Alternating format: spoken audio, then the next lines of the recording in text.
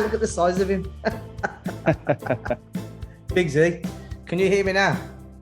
He can't hear you. Is there a mute button? Fuck. Now I can hear you good. Yes. There it goes. There it goes. Come on. Okay, it's because you had him on the phone, Ricky.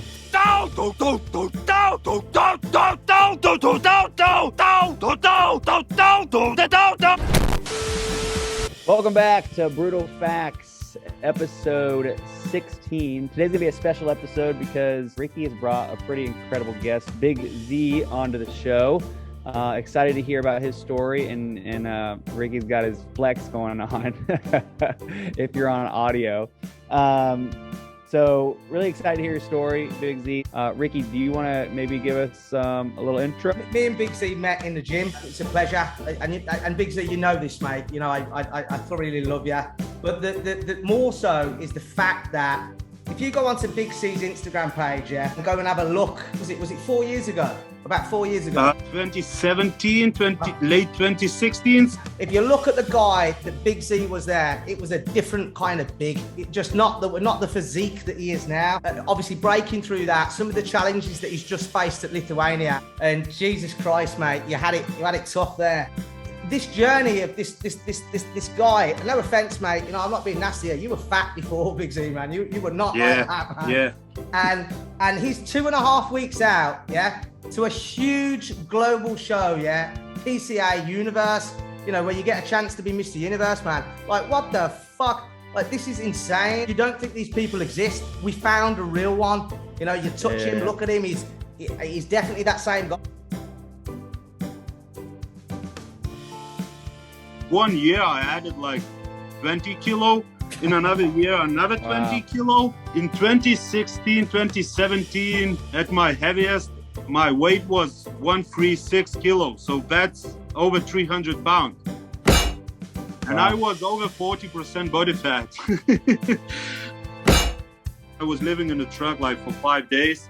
So coming back for weekends, I'm tired. I just want to grab a beer, order a pizza or burger, and just eat. Nothing to do.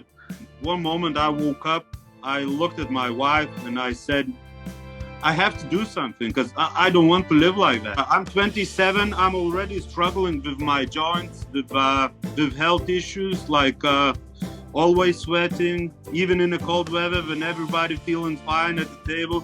I'm sweating like a pig, and I don't want to do that. Like struggling to even walking. I'm not talking about running or do any other activities. Just simple walking in the park. It was a struggle. So when we first met, obviously for me, I was just, you know, I just had to understand how have you changed as a human. Firstly, you decided, right, you just woke up and thought, you know, 27, I ain't staying this guy. I don't want to look like this. I don't want to be like this. Getting knackered after walks. Then you've gone and bought some books and you've started feeding your mind who it is that you want to become. Yeah, you're starting to tell yourself, up here now, I've got to do these things.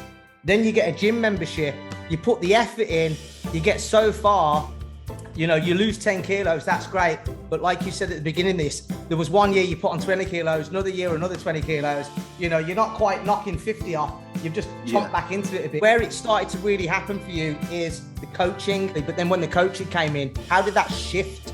How did that give you that extra push? The army itself, because I spent like 8 years in army, and it really teach me discipline. No matter how hard it is, no matter what your goal, you have to do it because your life depends on it. It doesn't matter if I like it or not. I have to follow it. You're right, and it is about small steps, small habits. You know, taking those things one day at a time. But where in the transformation, like, was it a person who inspired you to do bodybuilding, or was it kind of you who thought, yeah, I think I can get into it? I always want to be a bigger. I always loved like muscles, and I always want to look bigger and look better, and I really love progression. It doesn't matter where in life, like it's not about bodybuilding, everywhere. Like I want better life. I want to look better. I want to be stronger. I want to be bigger. I want to be more ripped, and I want to be just above average in every aspect. And that's probably keep me going always. And then I start bodybuilding. I just start to loving it. Like I said, I didn't dream to be the biggest guy in the gym, but it just, when you love the journey, it's just happening. Boom.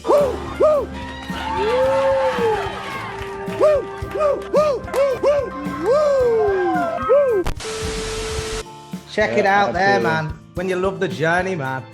You got to love the journey. So you look at the old Big Z, you know, overweight Big Z, and you look at who you are now. It's a different guy, man. Oh, yeah. That's completely different. I was so lazy. Like, I didn't want to do nothing. The biggest problem that I didn't have a goal, any goal. Just waking up and going to sleep. Like, my day was just wasting of time. Then you have a small goal in your mind. Like, even now, I'm looking great.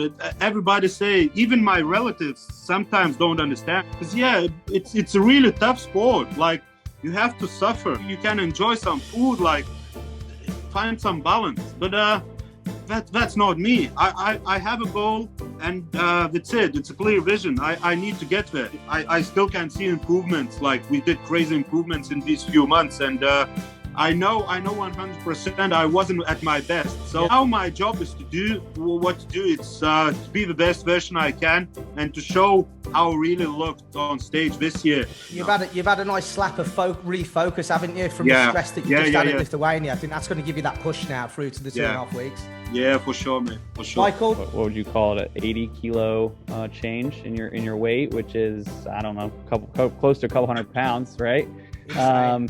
And that's absolutely incredible.